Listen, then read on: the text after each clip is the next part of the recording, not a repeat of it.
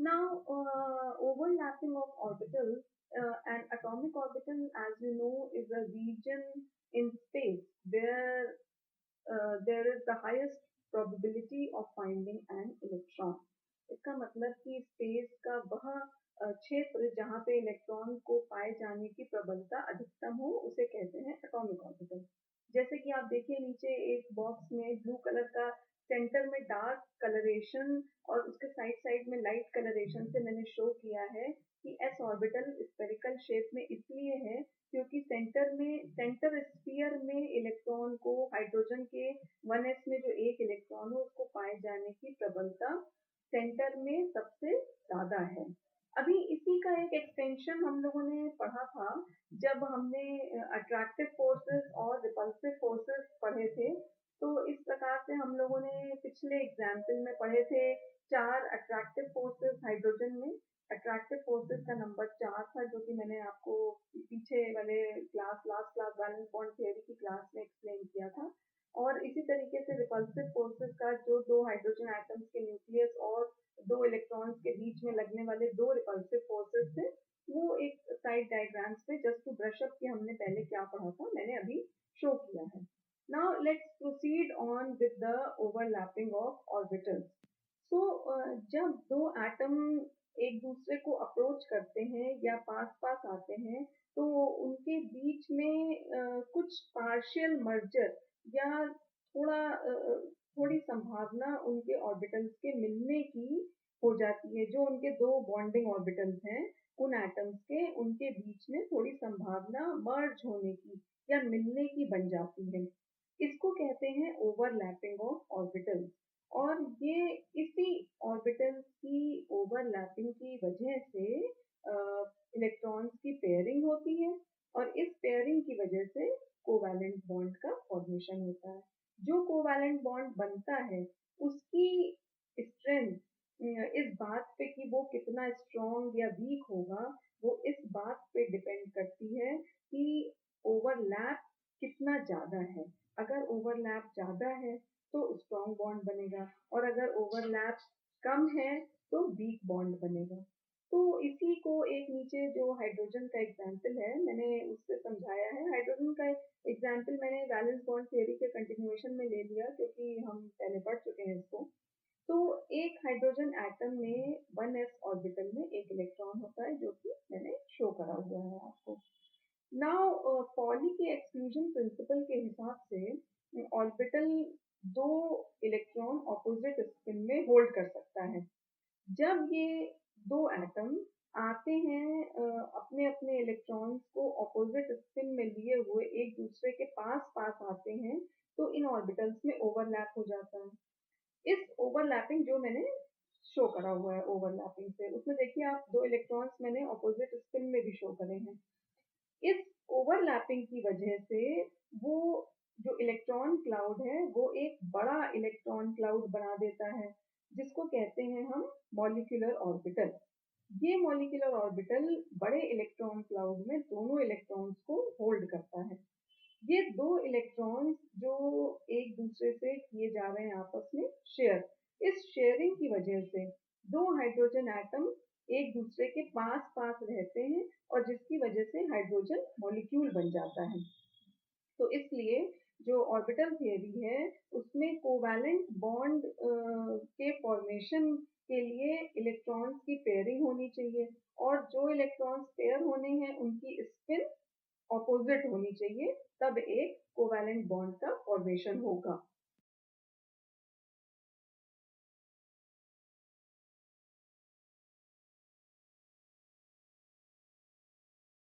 तो ओवरलैपिंग के टाइप के ऊपर डिपेंड करते हुए कोवैलेंट बॉन्ड्स दो प्रकार से विभाजित किए गए हैं। There are two types of covalent bonds depending on the type of overlapping.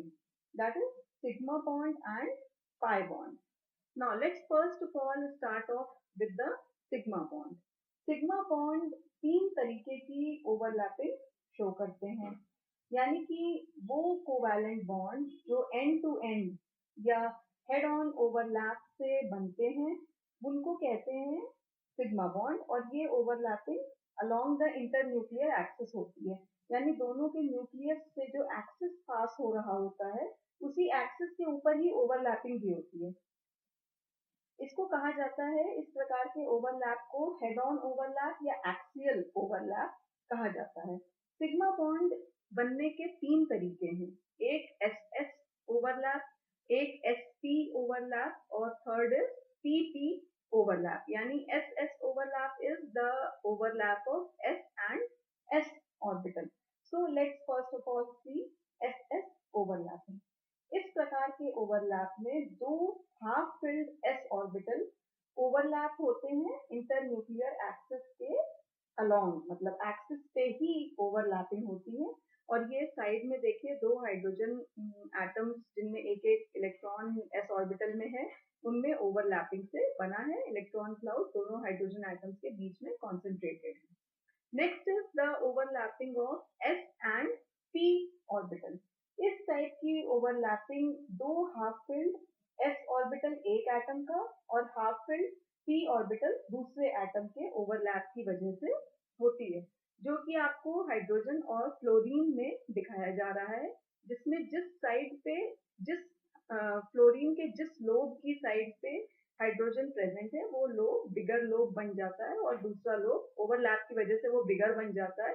देखिए उसका कलर मैंने पर्पल टाइप का शो किया है, पिंक और ब्लू के ओवरलैप से बनने की वजह से, और दूसरा वाला ऑर्बिटल लोब स्मॉल लोब रह जाता है। Third is P P overlap. इस टाइप की ओवरलैपिंग तब होती है जब दो हाफ फिल्ड पी ऑर्बिटल एक दूसरे एटम्स को अप्रोच करने वाले एटम्स को आपस में ओवरलैप होते हैं।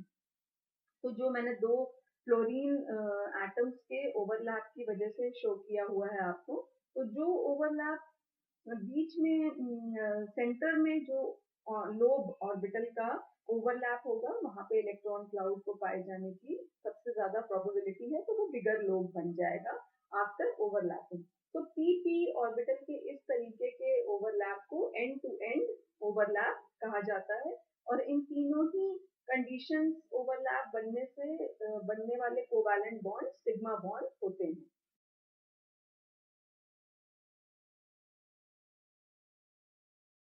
So next is the formation of pi bond, यानी कि कोवैलेंट बॉन्ड का नेक्स्ट ओवरलैप का टाइप है पाई बॉन्ड का फॉर्मेशन। ये एक तरीके से बनता है जो कि पी पी लेटरल ओवरलैप की वजह से बनता है। तो पाई बॉन्ड वो कोवैलेंट बॉन्ड है जो कि हाफ फिल्ड एटॉमिक ऑर्बिटल्स के साइडवेज ओवरलैप की वजह से बनता है। इस तरीके के ओवरलैप को साइडवेज या लेटरल ओवरलैप कहते हैं। वो एटॉमिक ऑर्बिटल्स जो इस तरीके से ओवरलैप करते हैं वो अपनी इंटरन्यूक्लियर एक्सिस के हमेशा अबव और बिलो इलेक्ट्रॉन क्लाउड पाए जाने की संभावना सबसे ज्यादा रहती है। और वो परपेंडिकुलर उनका एक्सिस, अपना एक्सिस, उनका जो ऑर्बिटल मिल रहे हैं या ओवरलैप हो रहे हैं उनका अपना एक्सिस इंटरन्यूक्लियर एक्सिस के परपेंडिकुलर होता है। और उसके बाद जो रिजल्टिंग ओवरलैप के बाद जो रिजल्टेंट हमें मिलता है वो above and below internuclear axis होता है। So that is why the p orbitals जो कि शो किए गए हैं, दो p ऑर्बिटल्स देखिए बने हैं, इनके बीच में मैंने एक्सिस भी शो किया है। और जब इलेक्ट्रॉन क्लाउड की जो डेंसिटी अबव और बिलो इंटरन्यूक्लियर एक्सिस बनी है वो पैरेलल बनी है और जो ऑर्बिटल्स हैं उनका अपना एक्सिस परपेंडिकुलर।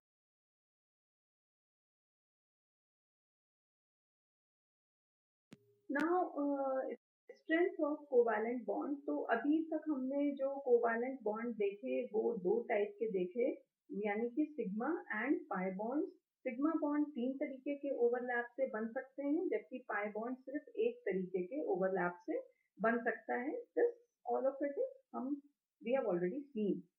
सो अभी इन बॉन्ड्स की स्ट्रेंथ क्या है? एक्चुअली कोवैलेंट बॉन्ड की स्ट्रेंथ इस पे निर्भर करती है कि ओवर एटॉमिक ऑर्बिटल्स के बीच में ओवरलैपिंग किस हद तक या किस एक्सटेंट तक हुई है।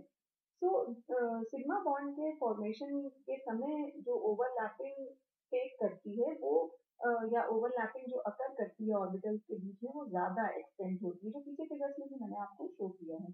जबकि जब पाई बॉन्ड बनता है तो उसके दौरान होने वाली ओवरलैपिंग बहुत कम एक्सटेंड तक रहती है, बहुत छोटा एरिया कवर करती है। इसलिए sigma bonds are stronger than pi bonds. लेकिन इसमें एक इंटरेस्टिंग फैक्ट है कि पाई बॉन्ड दो एटम्स के बीच में तभी बन सकता है जब पहले उन दो एटम्स के बीच में सिग्मा बॉन्ड बन चुका हो। पाई बॉन्ड इंडिपेंडेंटली नहीं बन सकता। ये हमेशा जिन मॉलिक्यूल्स में मल्टीपल बॉन्ड्स हों, यानी सिंगल डबल ट्रिपल, उनमें ही पाई बॉन्ड मौजूद रह सकता है। सिंगल बॉन्ड बनने के बाद ही डबल और ट्रिपल बॉन्ड बनते हैं।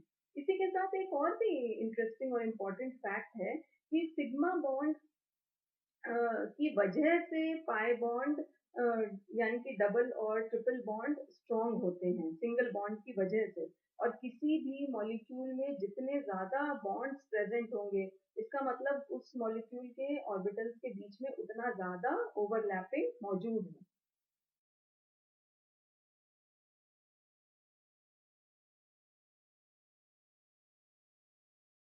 between sigma and pi bonds. तो point number one is sigma bond end to end overlap है, यानी कि हेड ऑन ओवरलैप है। जबकि पाई बॉन्ड लेटरल ओवरलैप है, यानी कि साइडवेज ओवरलैप है। सिग्मा बॉन्ड को एक्सियल ओवरलैप भी कहते हैं, क्योंकि ये इंटर न्यूक्लियर एक्सिस के अलोंग ही ओवरलैप होता है।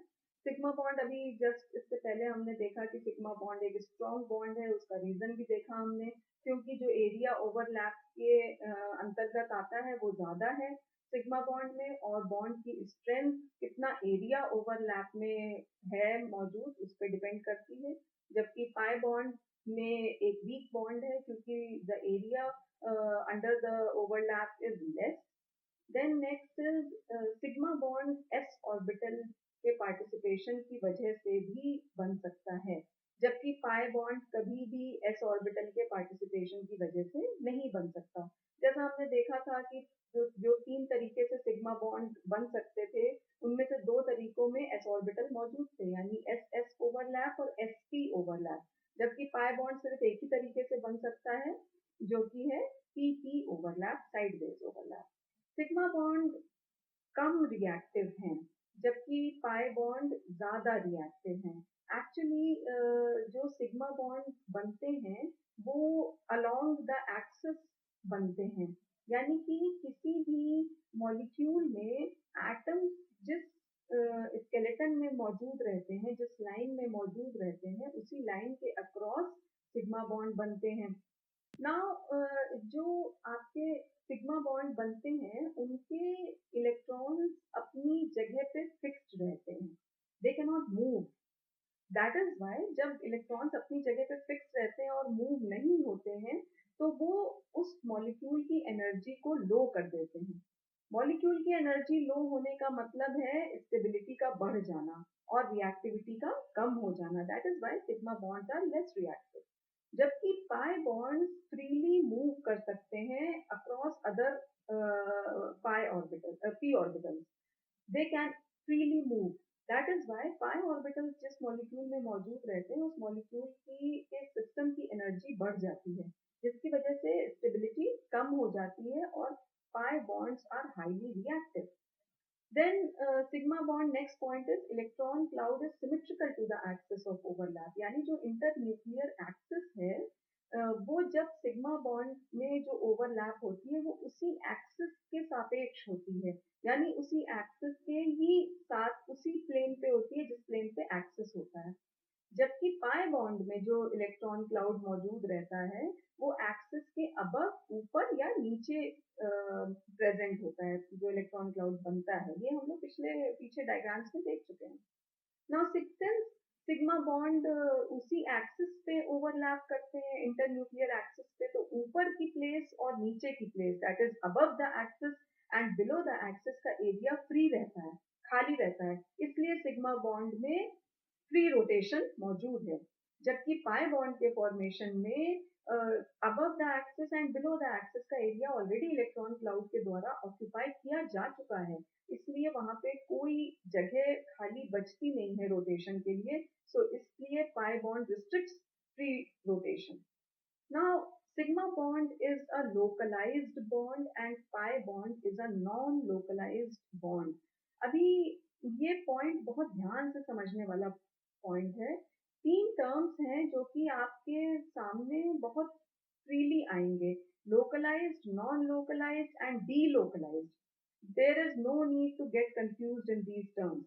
Localized का मतलब होता है कि उसी प्लेन पे, जिस प्लेन पे सारे एटम्स हैं, उसी प्लेन पे उस बॉन्ड का भी ओवरलैप हो जाना, वो लोकलाइज्ड है. नॉन लोकलाइज्ड मतलब उस प्लेन के अबव और बिलो, यानी उस प्लेन पे ना रहना, वो नॉन लोकलाइज्ड है.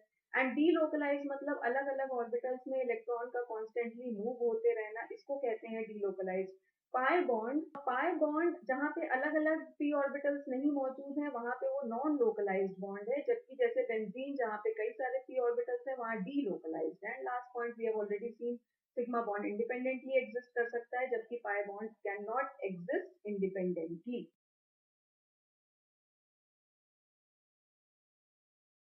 थ्योरी और ओवरलैपिंग ऑफ एटॉमिक ऑर्बिटल्स. और हमें अभी भी ये पता चल चुका है कि एटॉमिक ऑर्बिटल्स के ओवरलैप होने की वजह से कोवैलेंट बॉन्ड बनते हैं. कोवैलेंट बॉन्ड कितनी तरह के होते हैं और कोवैलेंट बॉन्ड की स्ट्रेंथ इस बात पे डिपेंड करती है कि ओवरलैपिंग कितने ज़्यादा एक्सटेंट तक हुई है.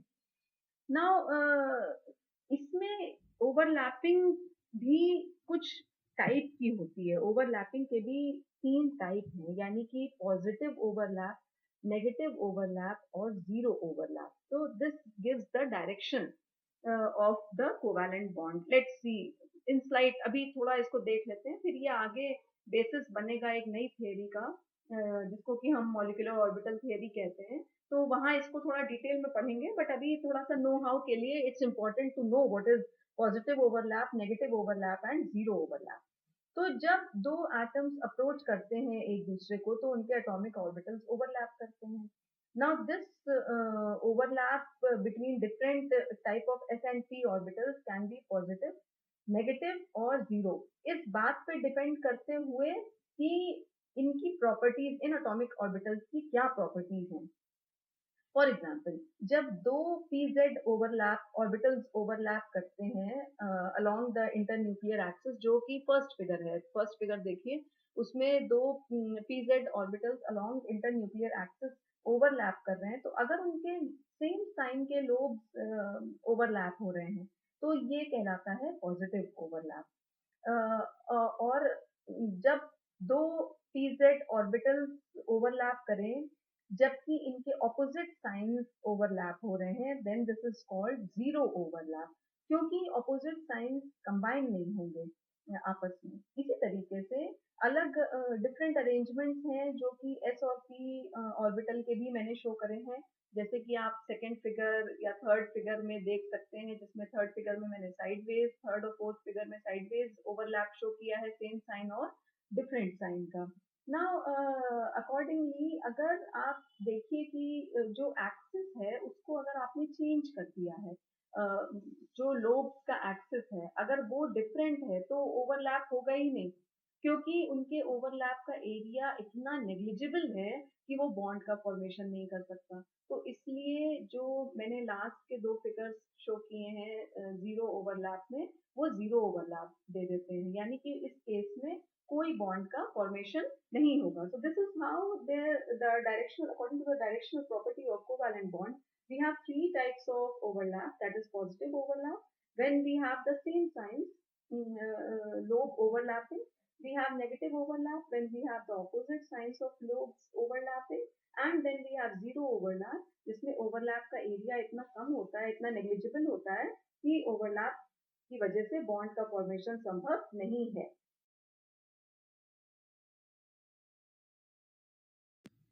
So my friends, that is all about sigma and pi bonds and the overlapping story, positive, negative, zero overlap. I hope कि ये सारे topics थोड़े बहुत clear हुए होंगे.